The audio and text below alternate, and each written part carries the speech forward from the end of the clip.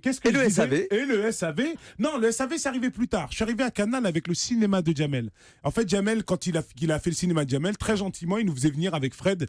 On était derrière, on était un petit peu les silhouettes. Ouais, c'était les copains qui passent, quoi. Voilà, c'est ça. Et on était là pour illustrer, parce qu'il racontait, il faisait des pitchs de films. Mhm. Et nous, on était là pour illustrer un petit peu ce qu'il disait. Donc voilà, on était les silhouettes et il nous faisait gentiment travailler comme ça. Et ensuite, quand il est parti, un monsieur que vous connaissez, qui est Bruno Gaston, L'ancien directeur des programmes d'Europe 1. il nous a proposé, avec Fred et Alain Degreffe, ils nous ont proposé de proposer quelque chose pour rester quand Jamel allait quitter Canal. Et c'est là où on a fait le Visiofond pendant quelques années. Ah oui, qui était Ensuite, l'ancêtre du SAV. l'ancêtre du SAV, exactement. Et de fil en aiguille, on en est arrivé au SAV, mais beaucoup plus tard, genre 7 ou 8 ans après. Hein. Le Alors, SAV, c'est arrivé beaucoup plus tard. Le service après-vente des émissions, c'était évidemment avec votre complice Fred Testo, et c'était ça.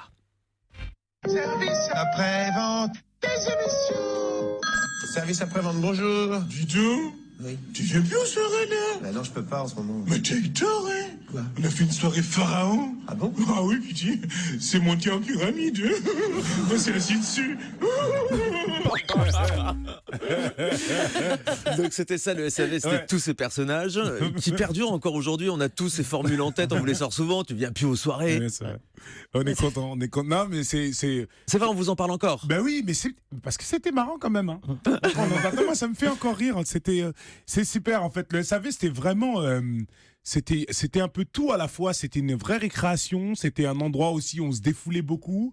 Et puis un bon laboratoire en fait. On a essayé un tas de trucs. On s'est essayé à l'écriture. On écrivait Loevan avec notre ami Bertrand Delair. Oui, vous aviez des ça. auteurs? On écrivait tous les trois au début, et c'est vrai qu'à la fin, quand on a commencé à justement avoir un petit peu chacun nos trucs à faire, on faisait beaucoup de films, on a eu besoin de renforts, et c'est deux jeunes d'ailleurs qui étaient en stage avec nous au début et qui ont fini par devenir des auteurs que j'ai croisés hier. C'est Eric et Quentin qui travaillent avec Yann Barthel. Ah oui, qu'on retrouve dans le Qu'on quotidien. retrouve dans le quotidien. En fait, Ils ont commencé avec vous. ils ont commencé comme stagiaires. Ensuite, ils ont fini par écrire. À la fin, ils ont commencé à écrire les vannes sur les 2 dernières années, je crois. Ils ont commencé à écrire avec nous. Et voilà. Et donc, c'était un laboratoire justement où on écrivait, on essayait des personnages. C'était un bon labo, c'était une bonne école.